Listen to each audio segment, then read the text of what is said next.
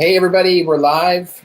I'm Barney Quincy, creator and founder of the Animal Wellness Summit, and welcome to this Facebook Live. This is an interesting one that we're going to be doing here today because we kind of are at a convergence of we're with multiple things. We're wrapping up with the Animal Wellness Summit. Today is the last day of the Encore free access that we've extended for about 2-3 days for you guys. And also we're then kind of continuing on into our live weekly coaching calls. And I want to first clarify, for those of you who are jumping on here live, you can just let us know where you're tuning in from, because our animal wellness expert that's on here with us is coming all the way from Sweden. And it is pretty amazing. So I'm going to bring her on here in just a minute, but I want to get some housekeeping items out of the way. First of all, I want to say thank you to all of you who participated in this year's summit. It's been pretty amazing. And also, you're welcome at the same time, because we like to put this event together for you. And as much as we like to put it together, really wouldn't be very much rewarding for us if we didn't have people to participate. So I want to say thank you. And also, you're welcome for putting it together, because you know that a lot of you really appreciate it and having a lot of fun. And so also that as we move forward, these weekly coaching calls, as long as you're on our email list, or if you just tune into our Facebook page, unless otherwise noted, these live weekly coaching calls are happening every week at 1 p.m. Eastern Standard Time. Sometimes they're a little bit different because we have wonderful people like Karolina who are in Sweden, and sometimes the time zones don't always work to do it later in the day. And so without further ado, I want to bring on Karolina here. I'm going to hit the magic button so you're on screen, Karolina. Welcome. Thank you. Glad to be here. So yeah, great. Thanks for being here. So I don't know why, but when I say Sweden, sometimes I say it and then after I think, oh, is it Switzerland? But it is Sweden, right? Where you're from? That is such a common misconception. I'm from Sweden, so you're absolutely right. Yeah. Okay, good. So thank you for taking the time. I know you had a busy day. So time frame for you there is 7 p.m. your time, is it? Yeah, just had dinner. Pretty cool. So I see that people are tuning in from California, the UK, some more from Denmark, and from the UK, and from Gads Hill. That's Jamie. And Ohio, the UK. I think that's Philippines, or could be Pennsylvania, but I'm pretty sure it's the Philippines. And there's another Pennsylvania. So anyways, regardless of where you're from, we're going to jump right into this. And Karolina, I know that some people on here, a lot of people might know who you are, but I also know there's a lot of people sometimes even wonder who I am, which, by the way, I didn't say this. I'm a 35-year-old father of 3 girls from Ontario, Canada, happily married to my wife. I'm a corrective exercise specialist, but the creator and founder of the Animal Wellness Summit. And the reason why you guys are here, because I've been able to connect with really cool people like Karolina. And I am essentially your host and moderator, or the creator and organizer in behind the scenes with my wonderful assistant, Jamie, and one of our other team members who put this event on for you guys free every year. And then we also facilitate our paid membership program that we offer to continue your learning. And so Karolina, why don't you share with us a little bit about you, and then let's get in and talk about some things that you have to share with us, because I know it's really neat and very interesting. Yeah. I see that I have some students with me live here, so a shout out to you. You know who you are. Anyway, so my name is Karolina. I live in Sweden, and I'm formally an associate professor of ethology. So studying animal behavior from the sort of evolutionary perspective, and trying to understand why animals do what they do, why they evolved with all their quirks and strange things that they do. And so, and I've been an ethologist for 20 some years, and pretty quickly started getting really interesting in applied ethology. So how can we use what we know when we watch animals in the wild? How can we use that, take that information and apply it to our pets or animals in the zoo community, or laboratory animals? So how can we make things better for them? So I have a really sort of a passion for animal welfare. And then I sort of started, I'm a voracious learner. I'm sort of always interested in opening my mind to new influences. And so I also learned about behavior analysis and how the behaviors perspective can be really, really useful when it comes to addressing animal welfare issues as well. And then I learned about how affective neuroscience, the science of how emotions impact behavior, personality, and welfare. So I'm sort of, I come at this from different angles nowadays. And about 8 months ago, I actually quit my job at the university and took the leap to now. Basically, what I do is I teach online. So I have students from all over the world that I teach about how to get a happy animal that thrives with people. That's interesting. Very, very neat, and something that's very much needed.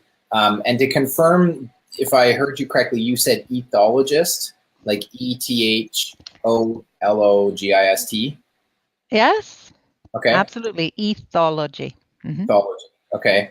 And it's such a unique kind of background that you came from doing what you were doing in the university and teaching. And what was I kind of feel like I know the answer to this, but I think this is good to talk about anyways. What was the incentive or kind of main reasoning for you to leave your teaching job to do what you're doing now?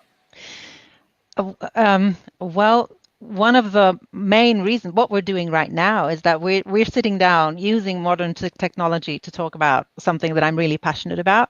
Yeah. So one thing is the reach, just being able to reach so many more people and reaching the right people too, because not everybody has a passionate interest, like a really nerdy interest in animal behavior, but you get to meet these kind of people online, which I think is really fabulous. So just reaching more people and having more engaged students. It's a huge difference, I think. Well, I have engaged students in a live situation too, because what I teach is so interesting. So people get really, even if they might not come into the room thinking it's going to be interesting, it is. So I usually catch them. But still, here on the online environment, I get to meet the really passionate people. So it's I actually found it quite difficult to stop working, to say, okay, that's Right. it for today. I'm doing 8 hours and then I have to leave. I'm not checking Facebook anymore because my Yeah. students Right. are there all the time. They're like, blah, blah, blah, blah, blah. Right. My horse does this. My dog does that, blah, blah, blah. And I want to engage in that. It's just that I know I'll be completely overwhelmed. So that's what I'm trying to learn now, is to sort of step away. Karolina, step away from the computer. Don't engage anymore, because it's very easy to get caught up in it because I'm so passionately interested myself. I know that all too well. When I sold my gym, but I owned the gym and I had structure there. And then when I left it and I'm here, I make my own hours. I do, it's pretty neat, but it's as much as it's a blessing, it can be a curse to some degree, because if you don't set up those boundaries, it can be challenging. So tell us about your presentations. I know that the one you did last year, just a brief synopsis, because I know there's going to be some VIP or platinum members, people that had the access from last year or they attended last year and this year. But there's also quite a few people that are new. In fact, we've had over 7,300 people that attended this year that didn't attend last year. So just kind of enlighten us about what you touched on last year and what you did this year, and then let's kind of expand from there. And by the way, guys, while Karolina's thinking about what she's gonna say here next, just know that you can leave a comment down below if you have a question. And I feel like the questions will get stimulated as Karolina continues to talk. But if you have questions, just post them here, and then we'll do our best to interact with you in real time, because I know she clearly loves answering questions. Okay, so last year, I did a presentation about handling fear, diminishing and eliminating and preventing fear from ever becoming a problem. It's one of the if I sort of look at the type of questions that I get from my audience, it's very often you can track it down to some sort of fear-related problem behavior. So Right. it's absolutely one of the key issues. And what I've been particularly interested in the last couple of years has been sort of the meeting at the vets, how that goes about, because many people have huge anxieties about taking their dog or their cat to the vet because their dog or cat freaks out and behaves really aggressively perhaps, or fearfully, and they're scared that the animal is going to bite someone, and it turns into such a trauma that they even avoid taking the animal, or they take them too late. So it's like a downward spiral. Yeah. So in the 2017 edition of the Animal Wellness Summit, I addressed that. I talked about some of the useful techniques that you can use to prevent fear from ever becoming a problem. And just to summarize it really quickly, it's really about addressing the animal's learning. So if you take the animal, let's say this is the vet's office. Yeah. So you take the animal to the vet's office for the very first time, and something bad happens. Again, he gets an injection. The animal will then learn that this place predicts bad things, right? So what you do then is, rather than take the animal to the vet and something bad happens on the first occasion, what you do is you take the animal to the vet and good things happen. Only good things. None of those, handling or probing or injections, none of that. Just take them there, feed them some delicious treats, perhaps a play session. Try to avoid escalating stimuli like meeting up with other animals that they don't know, especially if they're concerned, like fearful of other animals. Yeah. Just do something fun and then leave. Because then the animal will sort of learn that this place is fabulous.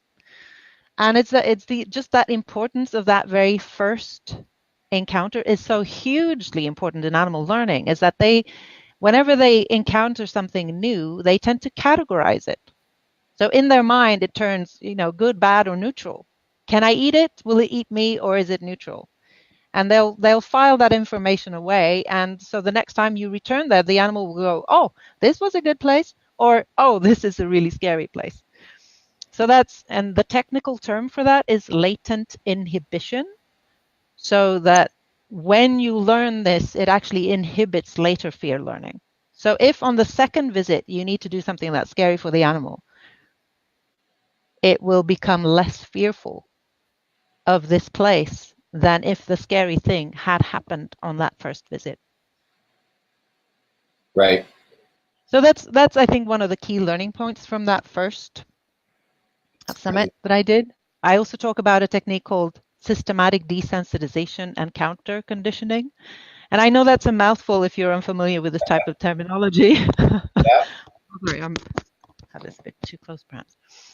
But it's essentially that you introduce scary things slowly. So if this is a scary, say here is this is an injection needle or anything potentially scary, you just introduce it very gradually.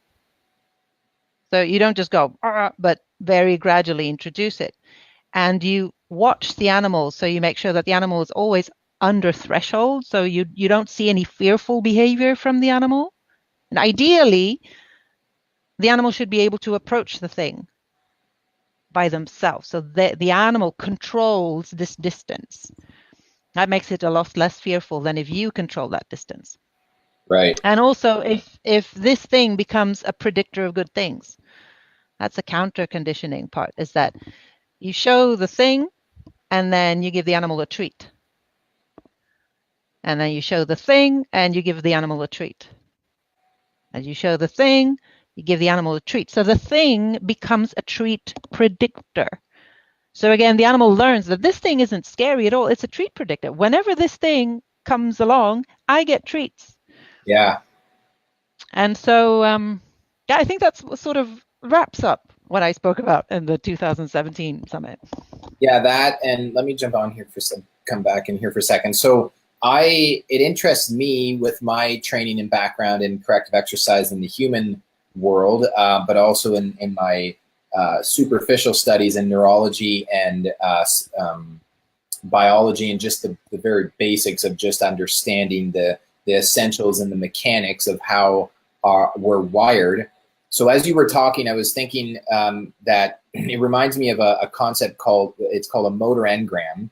And I think that it probably would be the same. You can confirm this or not, because I'm curious about the connection and how it works with animals. So it's basically like memory or motor learning. So a motor engram is basically anytime a given set of impulses passes through a range of neurons, as it continues to do so on future occasions, it becomes easier and easier, and there's less resistance with the nervous system, and that's how we're wired to, building habits and all that. And the studies that were done on it was that it takes 300 to 500 repetitions in order to build a motor engram. But if there's a faulty pattern or a pattern that doesn't serve the body, so like just basic, like if you're not squatting properly and you have improper or an imbalance, then it takes 3,000 to 5,000 repetitions in order to rewire and recondition that same pattern. Now, is that kind of on the same track that you're referring to, that if they have a negative, potentially negative association, that they went to the vet and they had this experience, so that maybe not the same numbers, but is that kind of along the same lines as what you're talking about? It is. I'm unfamiliar with the term that you used, but the some of the basic premises are the same. I'd say that one difference is that you can't wait 300 times to learn those types of associations, because sure. if you have to learn if a lion is dangerous, you have to learn that, and that's when what we call one trial learning, that animals learn the very first time you visit this place, they learn this is bad stuff. Right. And they often learn the bad stuff more easily than the good stuff, actually, because it's just too risky not to learn that. Right. But I think you touch on something really important, which is the value of repetition, and that it's mind-numbingly boring to do some of this training because you have to repeat it so many times. Right. And where people fail using these techniques is typically because they don't repeat the same level of exposure enough times. You have to repeat this level of exposure for a long time before you go to this level of exposure. But people sort of go, I'm just going to go, they'll advance more quickly, and the animal isn't below threshold. And so you do get this, they could even sort of touch it and blow up kind of response that you see in some, I think horses particularly. Well, yeah, and I think that was my thoughts along that was just that if there's so I found that with clients, when they didn't understand, just to kind of simplify it in a gym experience, just briefly, that when I'm training, somebody's like, oh, I can't do this, and I just can't squat properly, or I'm never going to be able to do this, and they start speaking, in that manner, and I'm like, well, it's okay to feel that way. It's not necessarily, it's common, but it's not normal. And so then I explain that to them, and they're like, oh, okay, that's why it's hard. I've tried to do this before in the past and it's failed. And I'm just thinking about relating that to people who are watching and having an issue or a challenge that they're dealing with their animal or their pet, and having a situation where they've identified a behavior that's maybe not good, and they want to condition the other reinforcing or positive behavior. And if there's a lack of understanding of those basics of the conditioning, or the amount of repetitions or times you have to do the thing that's missing, it's kind of like, well, why would I don't really get it? Or if I didn't know that and understand it, then they don't stick with it. And if they don't stick with it, then the benefits can't really be obtained because the process hasn't actually been completed, so to speak. Yeah, I think there's a slight difference, because what you're talking about is motor behavior. That's so right. It's doing the exact same behavior, the exact same. So if you took 10 films, they would look the same, right? Yeah. But whereas this type of learning is more the learning of associations. So learning that this thing predicts pain, right, versus this thing predicts treats. Right. And so there's not such massive repetition needed for that type of learning. But Right. if you're training your dog in agility, you do need those types of repetitions to get So, a really good weave pole behavior, for instance. yeah, so that might, and that's what so a good point. So I don't think that the 3 to 500 would necessarily apply. I was just kind of putting some context in here. So what would you suggest then? If Jane's watching and thinking, well, this really makes a lot of sense, Karolina, and I want to try this with my dog, Georgie. How many, it's maybe not a black and white answer, but what, based on your experience then, if it's not 3 to 500, how many times would you recommend that somebody would have to do that in order for it to kind of set in? The, Or is it the answer would be it depends. It's okay? going to be so very highly individually variable depending on the individual animal and whether he's had a fearful experience with this thing or not in the past. And so the key is really to look at the animal and look at the subtle signs of fear. And that's also actually, I think that's one of the things I also discussed in the 2017 version, Yeah. is to recognize the low level, low intensity signs of fear, which is quite, because they're really subtle normally. Right. It's like the ears may shift. You might be seeing the white in the eye of a dog.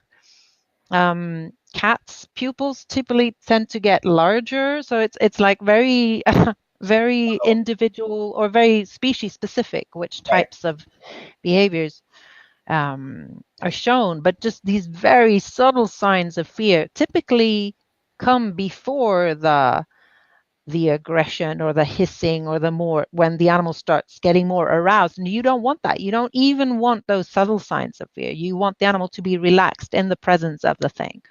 Right. So you have to repeat it. And if it's not relaxed, maybe what you should do is actually remove it a little bit and increase the distance until you see relaxation. And also make it the predictor of the good thing. So I think that's where people go wrong, is that they escalate too quickly and that they don't see the small signs of unease or fear, or they think that they're okay. Right. They think that if the animal isn't hyperventilating and sort of shivering, they're okay. But they should really be looking for the very, very minute signs of fear and unease, and they should be below that. So they shouldn't be seeing any of those behaviors. Right. And so I think that's the difficult bit. And certainly in some cases it can be really difficult if you have like a reactive dog and you're out walking and you're trying to find a situation where you're at that level of exposure. The other dog might have to be 300 yards away, and if it's closer then you're above threshold, and so that can be a really difficult learning environment. Yeah. So just arranging the environment for good learning can be really difficult in the live, in the real world. Yeah. Right. In the day-to-day experiences. So it's really looking for and being aware of what kind of behaviors or identifying potential patterns or indicators is that would suggest that there's the if you had the fear dial. I just got this picture of if like 10 is like freaking out, they're going to retreat. That's like a 10 out of 10. And they're having a panic attack and shaking, compared to like 1 or 2 is like maybe their ears go down, or, it's kind of maybe turn the dial up. So it's identifying, probably noticing what those things are. And is that something that you cover in either the trainings, or is that something that you teach your students how to kind of learn and identify those patterns? Well, I teach some of it in my own online courses, but I've been holding back a bit because I'm planning a course on solving behavioral problems, so where I'll go into those types of techniques in more detail. But I give the bones and the sort of the big picture, and I also very often sort of send my students somewhere else, to some people who specialize in reactive dog techniques, or in teaching animals to collaborate with handling at the vets. So I'll send them there and say, go check out this, or go check out that. So they'll get information not just from me, but from where I think there are good resources. And I think that's one of the problems in the online community is that, so the online community is great because there's so much resources out there, but that's also the problem, that some of the resources simply aren't that good and can even be counterproductive if you don't know what you're doing. It's that is definitely an issue in every market, every industry. I run into that all the time with the essential oils, with other forms, devices that I use, and marketing, business. It takes that time, and I think that that's where it's so cool listening to somebody like you, because it's not hard to tell that you're a master of your teaching, and you can identify and distinguish the differences. And I think that's why people will be wise to learn from you and go listen to your presentations and learn more. Yeah. So that's pretty cool. I have a couple questions I want to pull up here. Were you going to say something else? I didn't mean to cut you off. No, it's just one of the things I also try to stress is that I'm actually a theoretical animal person. Yeah. Which means that very often my students have more practical experience than I do. So Right. I tend to ask them really stupid questions. But what's interesting is that since I don't have that practical perspective, I don't carry that, that sort of backpack of myths, or this is how it's always been done. Preconceived notions. Yeah, the preconceived. So I'm sort of an out of the box thinker. So it's but I try to be very clear with that I don't work as I work as a teacher on the general level, and I don't do personal consulting with individual animals. I don't have that type of experience. Okay. Well, it's good because, and again, that's so you don't take people fishing, you teach them how to fish. Yeah. Metaphorically. Yeah, absolutely. Yeah, which is brilliant, because I think then that way, I mean, I'm like that too with my clients. Not to keep relating this, but I appreciate that perspective, because I always would tell my clients, my goal for you and me is for you to be independent from me, but not codependent on me. But we want to find that in between spot, because then that's where we can make a lot of progress. William Duffield was asking, do you have any views on compassion fatigue? Yeah. For those of you who don't know, compassion fatigue is when people involved in caring for animals get exposed to so much suffering and abuse of animals that their compassion it drains them. So it's a real problem. I know it's a real problem in the veterinary community and in shelters and so on, that there's so many suffering animals, and there's this feeling that there's so little you can do. So people burn out. And I know suicide is one of the main in the veterinary community. That's sort of one of the most common. Suicide is most common in those care professions, if you compare different professions. Yeah.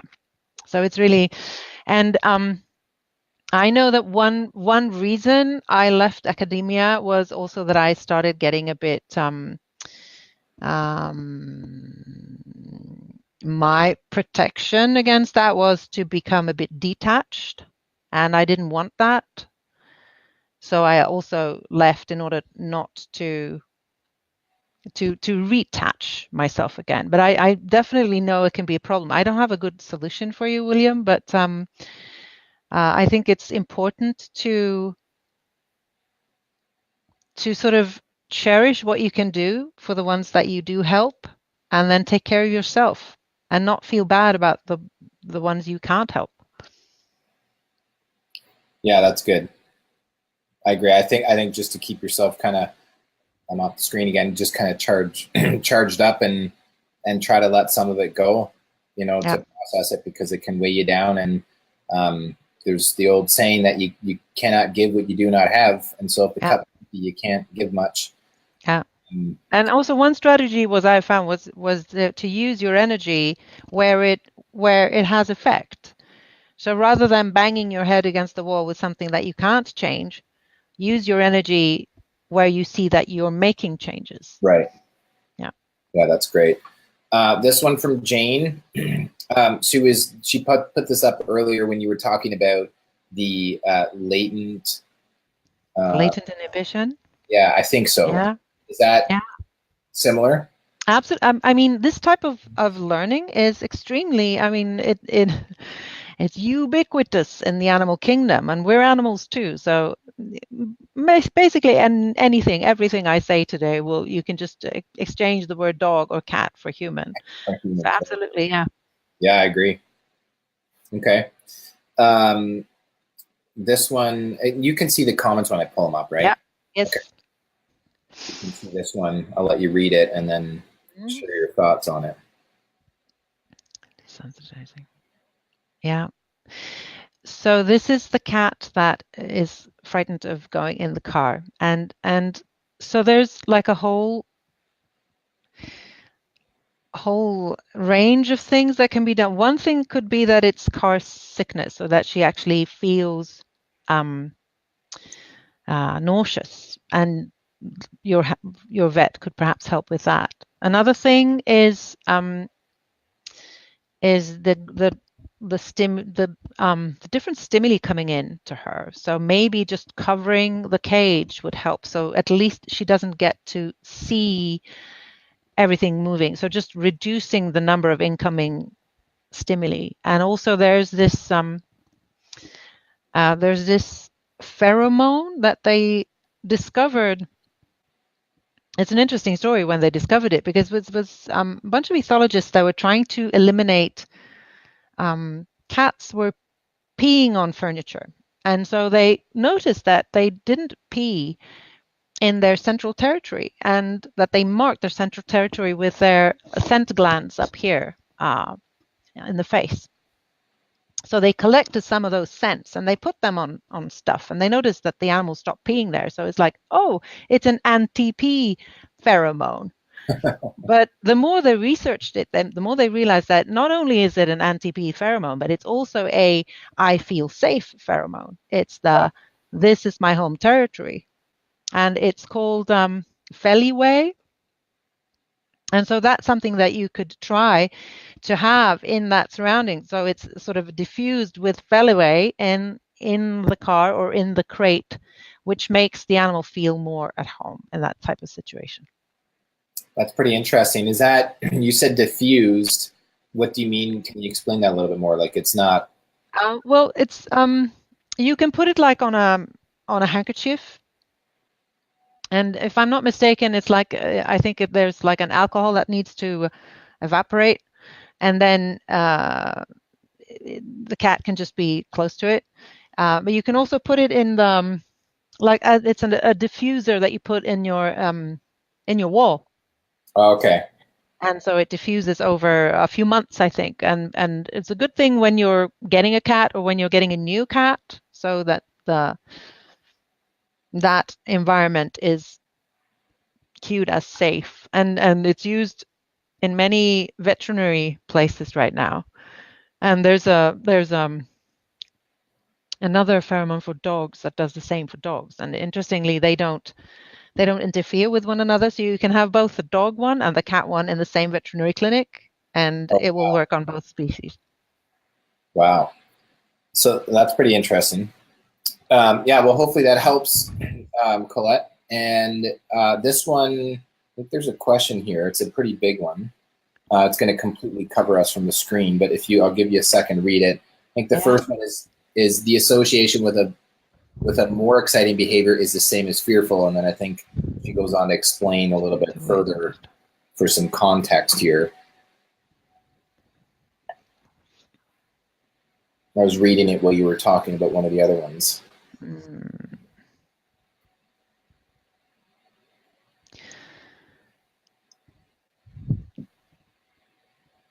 So this seems to be from a specific type of training situation, competition, I would guess, where there's a starting line.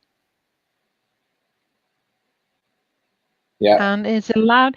I think I need more detail to understand what's really going on, since I'm not doing this type of dog competition myself. I don't. So you, Jane, you know what you're talking about, Jane. But for me reading it, this is not enough information for me.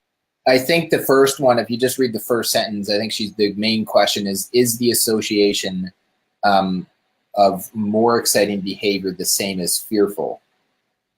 with this, so is the level of when they're fearful of something, but I think you did answer this earlier, that if it's a fearful association, it holds a much stronger imprint within their body or being system compared to the. I think that the one trial learning is more common with aversive or stimuli that animals will work to avoid, so like fearful or nauseating or uncomfortable things. It's typical. And also that if there's like something bad happening and something good happening at the same time, the animal will tend to focus on the bad thing, because if there's a lion running after you, you don't stop to eat. Right. You have to make sure that you're safe before. So I don't know if that answers your question, Jane. I had a feeling that it was more complicated than that, but I'm sorry. No, I think it was, and I think she just continued on to explain here a scenario from her experience, I think. But Jane, if you want to come back on or just leave a comment in response to that. But I was just laughing when you said that, because my coach in holistic health, he said, about talking about the nervous system, the parasympathetic, the sympathetic nervous system, and the different states, and how you can test just all these different things. And he said, the worst time to do a cartwheel is when you're getting chased by a lion. As a joke, I just laughed when you said that, because it reminded me. And this one from Elise about wonder if compassion fatigue is an overexertion of the grief panic system. Quoting somebody from the book. Are you familiar with that? Yeah, I am familiar with PANCSEP. I teach about PANCSEP in one of my courses. It could be absolutely. The grief system is about social separation. I think it could be that, but I know that also compassion fatigue is not just separation, but it's also seeing suffering and being unable to do something about it. So I would think that learned helplessness would perhaps also play in that. You get the feeling that what you're doing isn't helpful, or that you're not doing enough, so that your behavior doesn't work. And I think this is actually one of the things that I talk about in this year's presentation, is the importance of control, the importance of feeling that what you're doing actually has effect in the environment, and that you are an agent that changes things. And I would think that compassion fatigue is where that sense of agency is a bit threatened. So it's not just the grief or panic system, it would be something else as well. But I'm not well read enough on compassion fatigue to really sort of elaborate on that. Yeah. No, that's good. I think just good sharing that. Elise also, I'll just pull this up real quick. She was saying, I wonder if the cat's own pheromone and scent work better than the brand. I don't know that that's been studied. You would have, in order to make that comparison, you would have to have like a cat's natural environment and the fake one. Right. But I know that they managed to identify and isolate and produce that very same chemical structure. Huh. And it's like a liquid, is it? Like it, and then when you say diffuse, the first thing I think of is essential oils, because I've used them for 10 years. So I've have some frankincense that I have diffusing in my office. Okay. And then so that's what I thought of, but I wasn't sure if I was understanding your terminology correctly. Yeah, as far as I've understood, yeah, I've seen it. It's like a liquid, and you run electricity through it, and it evaporates. Don't ask me to elaborate on that. Yeah, no, it's good. I feel like the question probably somebody would be thinking of that question. So that's good. And I'll just pop this up here real quick. I don't think there's a question. Tammy was just saying that she had an experience where it took up to 8 hours to get her cat to the vet, which could have been very challenging. And I think that really, this is one thing that you can do to prevent that from ever becoming a problem, is to make sure that the cat loves the carrier. So wonderful things happen in the carrier before you ever need to take the cat anywhere. Let's say that, okay, so now this is the cat carrier instead. Okay, first it was the vet's office, now it's a cat carrier. So you just, wonderful things happen here. So the animal learns that this is a great place to be, and then you can take it to the car and it's still a great place to be. But if it's an unfamiliar place that you've never been before and you take it to the car, then this becomes a predictor of bad things. So you want it to become a predictor of good things. So this is why you need to train the animal. That's the difference between prevention and trying to help once you have a problem. It's just so much easier to prevent than to fix. Yeah. That's where the great quote comes in, that an ounce of prevention is worth more than a pound of cure. Absolutely. So I want to just acknowledge these two questions. So Barb, that's okay, you're late. Better late than never, but this is always good, be good for the replay. And Paige, unfortunately, this is not the first session of the Animal Wellness Summit. It's actually a bonus. We do live weekly coaching calls, and Karolina is one of our animal wellness experts who is featured on the summit, and she has some great material that we're talking about. I'm not sure when you jumped on, but we do these every week, but today's the last day that we are offering the free extended access to the summit. So, but if you have any questions for us, and anybody, by the way, about the summit, just email us at support@fullcircleholistichealth.com and we will help you, okay?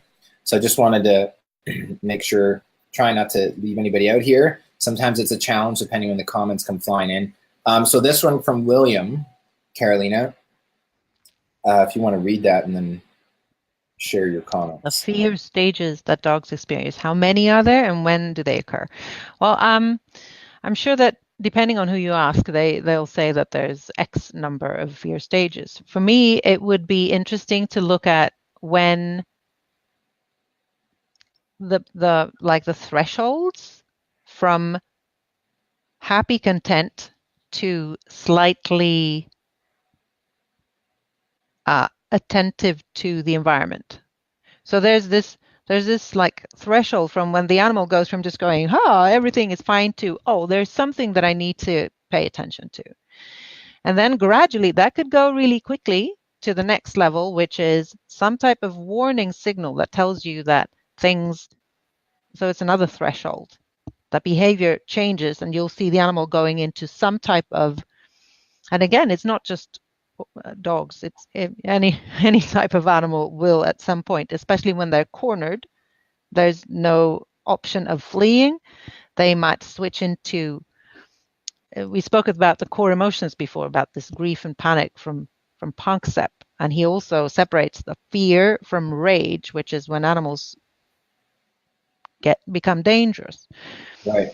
So there's the one threshold between content and anxious, fearful, and then there's one threshold between fearful and sort of warning aggression, and then another threshold to actual overt aggression, where the animal will do something. it will attack or bite or whatever behavior that animal species is showing. So I think those would be, for me, the important things to look out for. And one of the problems is that people tend to punish or correct the warning signals. So if a dog is growling, he's in the warning stage. He's saying, I find this really uncomfortable. You'd better move away, or I'm going to make you move away. Right. And if people punish the animal for doing that, they might aggressively shush them, or slap them on the snout or something. The animal then learns that behavior didn't work, so they might switch or go very quickly from the I feel a bit uncomfortable to the attack phase. Wow. Yeah, I think that's pretty powerful. Because I think that's something that probably unfortunately happens all too often from a lack of understanding, which is why I think that what you're teaching is so amazing. And side note, with everything with the Animal Wellness Summit, that now what I've learned, even in the 2 years from all the presentations and stuff, look at it before. I'm like, how did I not see that before? How did I not see about not using a collar and using a harness with our dog? You know, just, and like with different ways to feed, just, but that's the neat part, which is why I want to applaud you for following your intuition and your gut with going with teaching in the space that you are now, because there's a lot of people and a lot of pets and pet parents and animal lovers around the world that do need to hear this information. And especially related back to this, the different thresholds, is that, so things will happen in the environment that increases arousal. So the animal may sort of journey from content to a bit excited. But then with time, they come back again to content. But then if something else happens, they might go into the red zone. You know, if we go from green to yellow to orange to red. So we have what we call trigger stacking. So there are too many triggers, there are too many stimuli that increase arousal that occur too quickly, and the animal goes into the red zone and bites. So much of the preventative work and the work in diminishing fear is about identifying the triggers and removing them or tweaking them so that they are no longer fear triggers, so that rather that they become these predictors of good things. So this could be a trigger for fear that increases arousal and increases the likelihood the animal ends up in the red zone. Or it could become a predictor of treats, which helps the animal move back into the low arousal zone. Yeah, and then William commented, and you, as soon as you said that, I pulled this up here saying, is that not fear, or pardon me, trigger stacking? I believe fear stages occur predictable. Oh, you were talking about ages. Okay. Well, that I don't have that data for dogs in my head because I teach about all types of animals, but typically what happens with animals when they're really small, they're not fearful. Because fear has no adaptive value when you're really, really little, especially with dogs and cats, because they can't see, they can't hear, they can't move when they're really young. So then they tend to be sort of very oblivious to anything dangerous when they're really young, and they start playing, and then after a while they start realizing that, oh, this is actually a dangerous world, I need to look out, and then they get into these fear stages.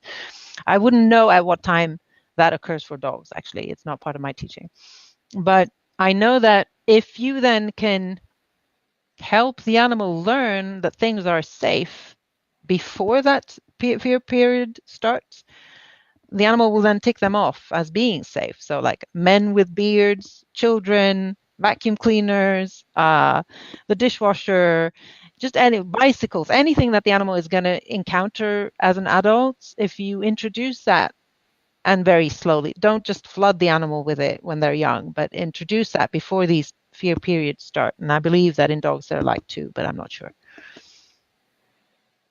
Yeah, that's I find that interesting because that again, making that circling back to that comment earlier said about, you know, replace the word dog or cat or animal and then say human. Well, you think of when babies and kids, I mean, see that with my 3 little girls. I have 4.5-year-old, almost 3-year-old, and a 14-month-old. And it's, and we have baby number 4 coming. Oh, and yes, in June. Congratulations. Thank you. We have a busy household, but it's just interesting seeing that. Like Violet, our youngest, she goes up and she'll put her hand up close to the stove because she has no, you know, they're learning. And I think part of the interesting kind of discussion can be, I mean, without having any of those experiences, there comes a point where how can the child has to be learned, but you can't completely protect them from everything because they have to learn. But it's not like we'll push them into all these fearful, dangerous situations in order to teach them. And the same would go for an animal, I would presume. But I think that kind of goes back to this question. So Jane was asking the question earlier, and then she commented again, if I can find it. Shoot, right here, is saying that, so does the repetition have to be so intense to change the behavior, which is more exciting as with the fearful response? Does that give you a little bit more context about her question? She was the one asking about the starting line. Yeah. So if the fear, I think what she's asking is that the fear based experience or behavior is intense and it's deeper, does the positive reinforcement or the repetition and have to be as intense?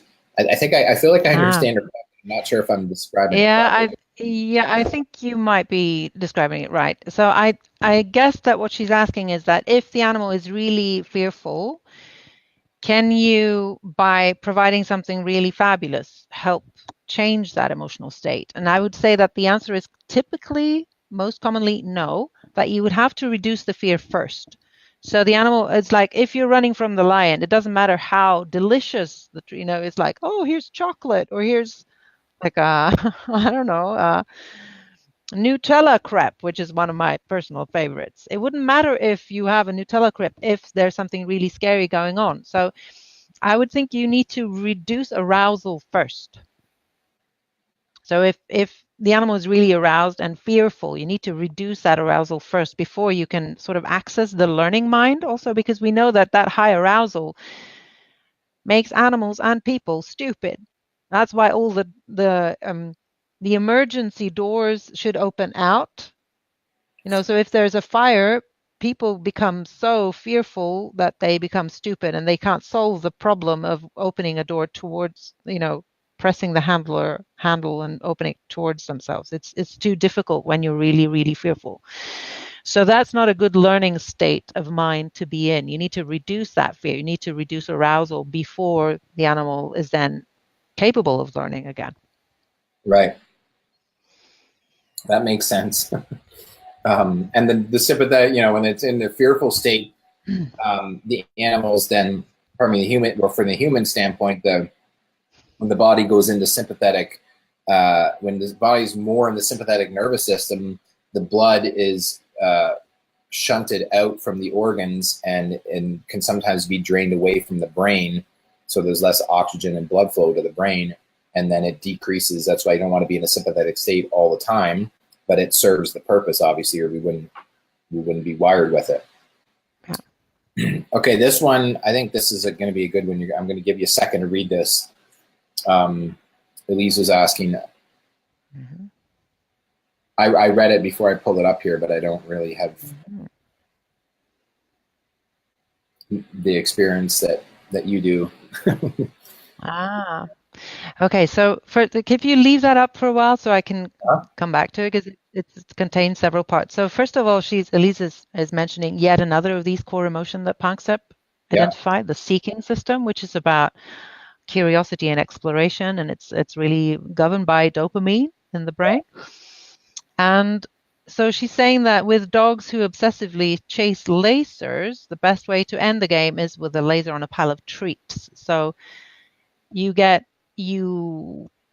stimulate the seeking system by having the animal follow the laser, and then you actually get into because the seeking system is involved when the animal is looking for the thing. And when the animal finds the thing, seeking typically drops momentarily while the animal is sort of enjoying the thing that they found. Right. And then she goes on to saying that positive reinforcement would say that the behavior would be reinforced and continue. Yeah, so if laser chasing leads to finding a resource, yes, then laser chasing would typically be reinforced. It will be the next time the animal sees a laser, he would go after it because of the reinforcement.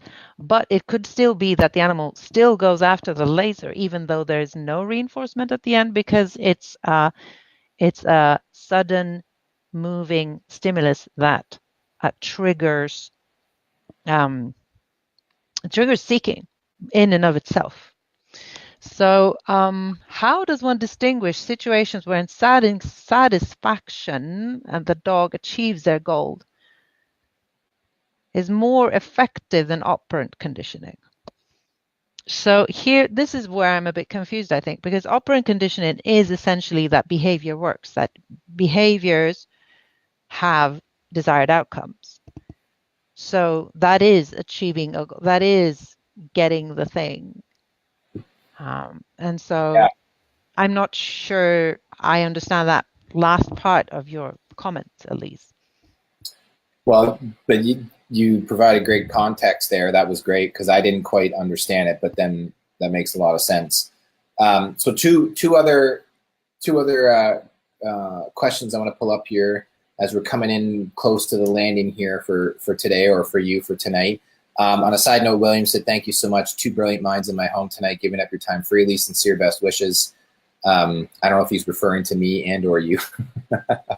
I don't know if I'm adding much in brilliance in regards to that, but just I think to kind of kind of sound off and give some context from my experience is I think helpful, because then if people are like wondering, I know when I watch lives before, it's nice to have that interaction. So thanks for sharing, William. And this one from Bruce. Right here, this is a good one. We have to leave this up for a second, but basically, I think this goes along with what you've been talking about now, almost the whole, or similar along the whole time. But Yeah, I think that you're touching on an interesting thing, Bruce, which is that the learning never stops, and as an animal guardian, the pet guardian, you need to be constantly vigilant for the next thing. yeah, You're the fireworks are all done, and now it's the next thing that you need to prepare for. And it's really, I mean, we're asking a lot from these animals. They evolved, as in a very different scenario, and life with humans, what it used to look like back in the day when we were like hunter gatherers, or when we started settling down and invented agriculture and all that. That used to be a very different life for dogs, and now everything has escalated so in the last just 100 years, not to mention the last 10, 20 years. So we're pushing it with what we're asking for them, that they should put up with living with us, because it's really, we're not making it easy for them. you're not making what? Sorry, I missed that part. That we're not making it easy for them. Yes, right. Yeah. It can, yeah, it can be challenging. Okay, last one here. I think. Let me pull this off. Let me pull that back up. So from Barb, which, by the way, Barb, she commented earlier. Said I think she said, "I feel so embarrassed because she came late." Which don't worry about it. It's all good. There's no expectation for you to be here on time. You're just that you're here. As Karolina has a minute to read your question. Okay, I think so. Barb hits on something that I think that many animal guardians are facing now, is that they take in an animal with a history of abuse or an unknown history. They don't know what happened, but they just see that they have behavioral issues. And so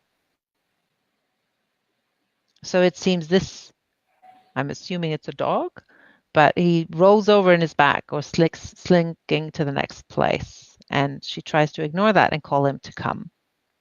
With the harness on, he feels braver, but there's a cat problem. Okay, well, so typically it's good to work on one thing at a time. Oh, she said hunting dogs, pointers. Okay, yeah. So 14 hours. trying to work on one thing at a time, not trying to fix everything at once. And also, I think that just sometimes it just takes time, and that some of the things that tend to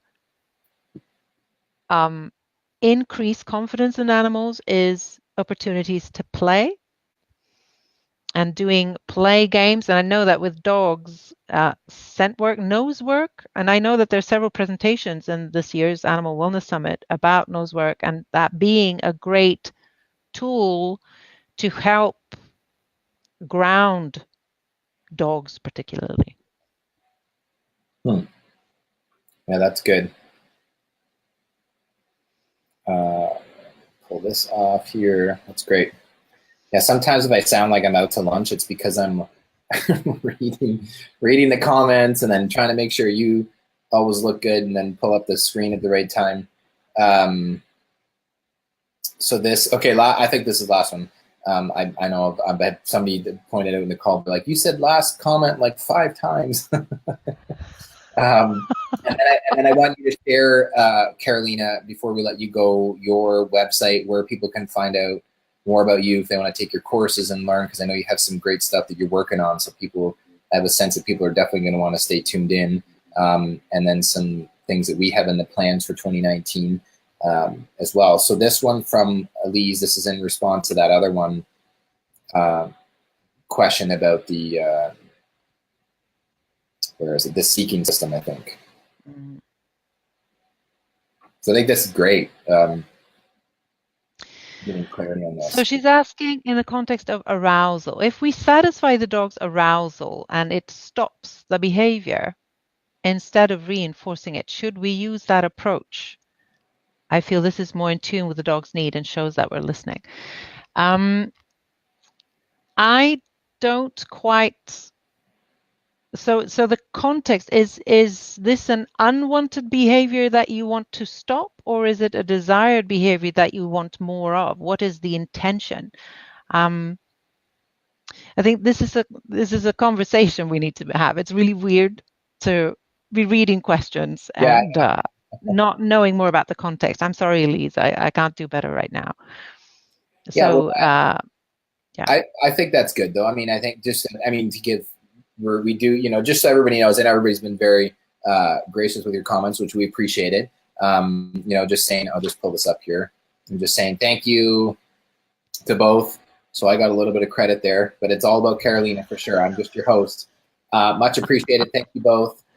And I like to have fun and keep people smiling. So at least Karolina can't ask for her money back for this call, because I offer a money back guarantee based on smiling or laughing at least once, and that happened many times.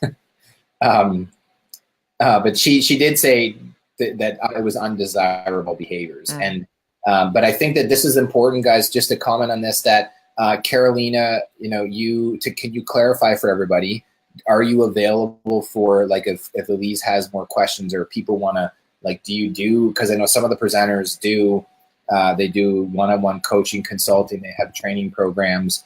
Can you tell us a bit about that? Because I think at least letting people know, I know that they're not going to be like, okay, that was fine, and now I've learned everything and I'm good to go and I don't need to learn anything more after this call. I don't do one-on-one consulting. That's not my skill. My skill is sort of taking obscure theoretical concepts and making them accessible and understandable. So what I do offer online is extensive online courses that sort of goes. So I have one course called Animal Emotions, and happier animals and better relationships. How understanding emotional states will help you get animals that are more confident and have better social skills and are less stressed and that type of thing. And I also have 2 animal training related courses where we go into some of the training that we've been talking about. But I don't have that background and history of doing consultation, so that's not my skill. Okay. Well, that's right. And your website, I should have asked you earlier this to you earlier, but your website again, can you let me know what link can we leave people so they can follow through? And they could just go to the illis.se, so illis.se/en. That would be the English version. I'm going to kill the Swedish version. I haven't gotten around to doing that yet because there's not much going on there.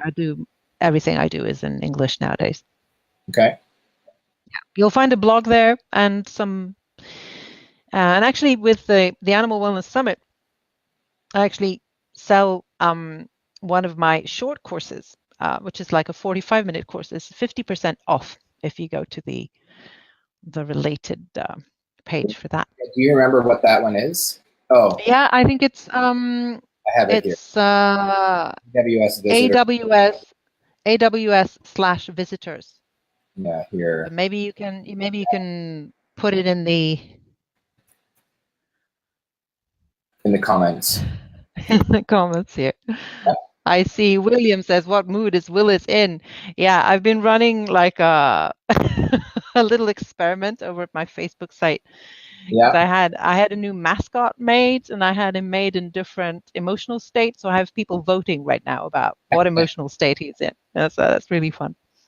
I wasn't sure if that was a. I didn't get the comment first. I'm like, maybe he left the wrong comment on the wrong Facebook Live. No, no, I think he's just been on my Facebook page before he came here. Oh, that's Yeah. funny.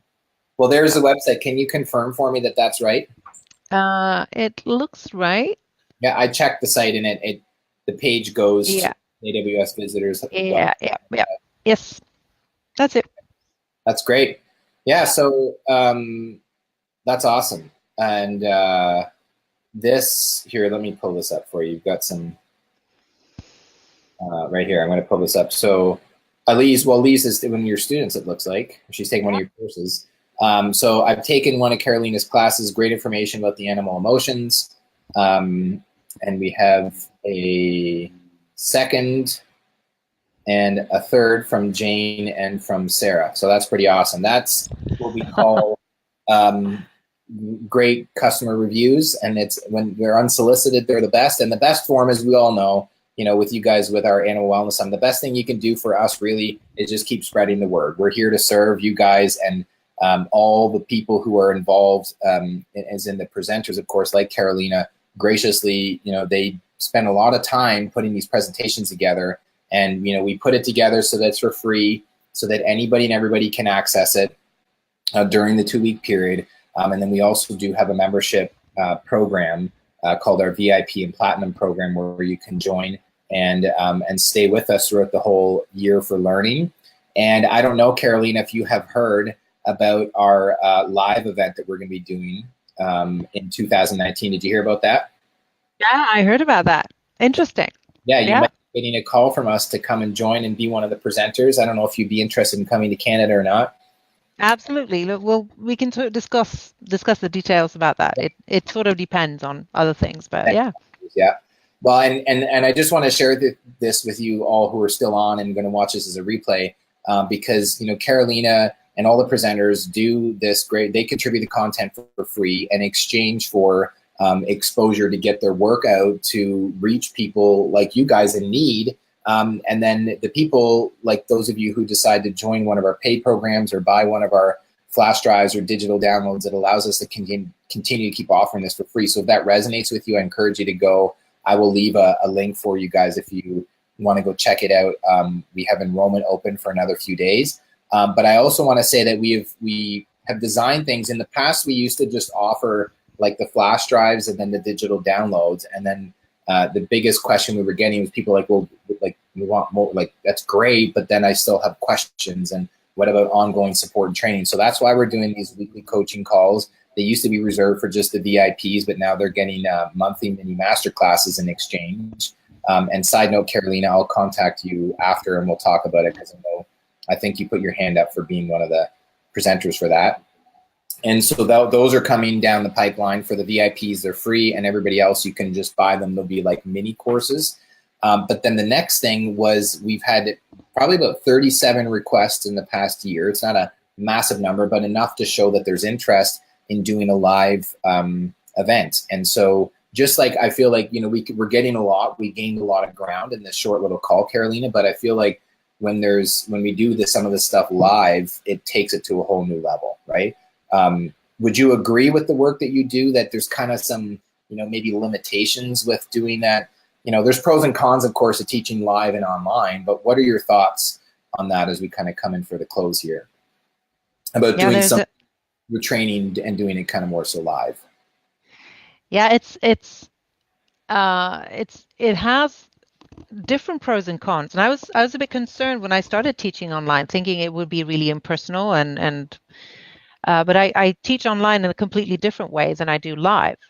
Right. And also online, because when you're teaching live, you can always check the audience to see, are they still with you?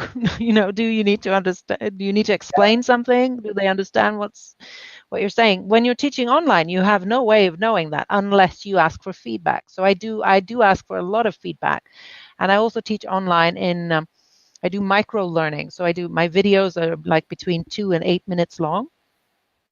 So they're really short and really dense. So there's a lot of information in those little snippets. Right. And I find that's a really great thing that you can do online. So people can, just digest one little snippet when they're waiting for the bus. They don't have to sit down for a 45-minute lecture or a 3-hour lecture or But when it's live, it's like there's some kind of magic that happens there also. And I tend to go off on tangents a lot more when I'm live and just, I don't know, I improvise a lot, I Yeah, guess. well, I agree. I was laughing there because I never go on any tangents and never get myself quote unquote distracted. Yeah, right. If you can pick Uh-huh. up my Canadian sense of humor slash a little bit of sarcasm there, in playful humor. But I think that, in the live scenario, it's that you are with us being human beings and with our animals and our pets, but other just interacting with humans, we're reading whether we know it or not. And I know that in the sense that I don't need to ask you, but that you do this with your students. You read and you pick up from people energetically, and then you can kind of like, well, I don't know, like maybe this is something. And it's hard. It is hard to do that Yeah, in an environment like this. absolutely. But the Yeah, neat, and it really showed here that I had problems understanding some of the questions, and I think that it would be so much easier just to have a conversation and, get to the bottom of what they were asking a lot quicker. Yeah. right. Well, but on the other hand, it's still, great because there's people from, I think there was 8 or 9 different countries that I saw that said where they were tuning in from, and where else can you get that really for something like this. So I'm going to put this up here before we close. So for those of you who are interested in joining as a VIP member or a platinum member, if you're with Young Living Essential Oils, then that'll be great for you. And if not, then VIP is a great option for you. You can also buy the digital downloads with the flash drive, so you can hear both of Karolina's presentations from this year and last year. And I should say that if you buy the flash drives or the digital downloads, to clarify, it does only include this year, but it's not like there's a small amount of information. There's the videos, the audios, and the transcripts of all of the presentations. But when you join as a VIP, you basically have access to the live weekly coaching calls, and technically as does everybody. But the monthly mini masterclasses will be included in your membership.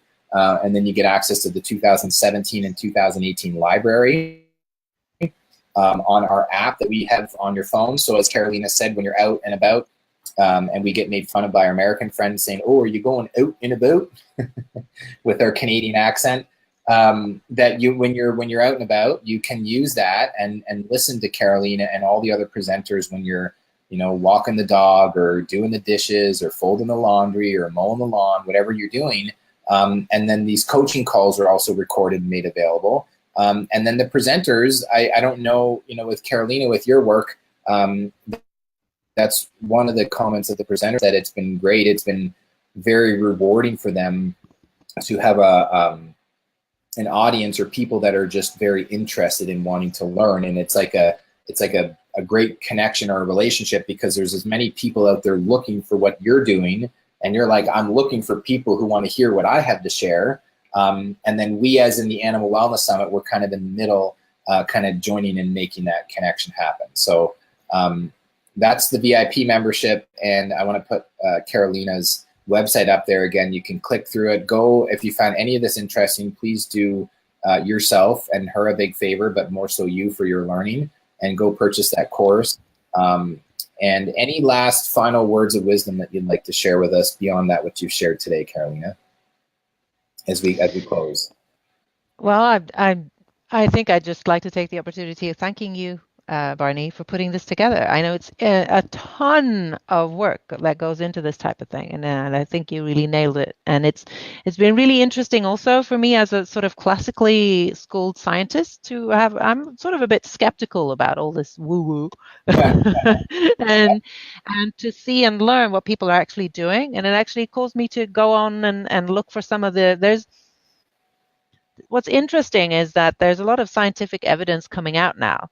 Yeah. That indicates that a lot of what the alternative medicine people are doing and have been doing and advocating for years and been criticized for is now being sort of, well, it actually works. We've actually shown that now. Right. Kinesiology and craniosacral therapy and those types of things actually have scientific support now. So it's really interesting to broaden my horizon by learning about all these alternative techniques. So I thank you. Yeah, well, you're more than welcome. We all make a great team, as in Barney and Jamie and my other team members for the summit, and also the presenters, and then you guys as the attendees. And Sonia, I'm not sure if your comment is about Karolina's courses or about. Yeah, she's one of my students, Sonia. Oh, I know her. Hi, Sonia. well, that's awesome. Well, that's good. Yeah. Great to share that, and thank you. And as I said earlier, as a bit of a joke, sometimes I know you said Karolina messaged me and she's like, "Okay, we're good for about an hour," and then I wrote back and I said, "For what?" question mark. And then after, she's like, "I didn't know. Were you serious? I don't know you that well. Were you actually kidding?"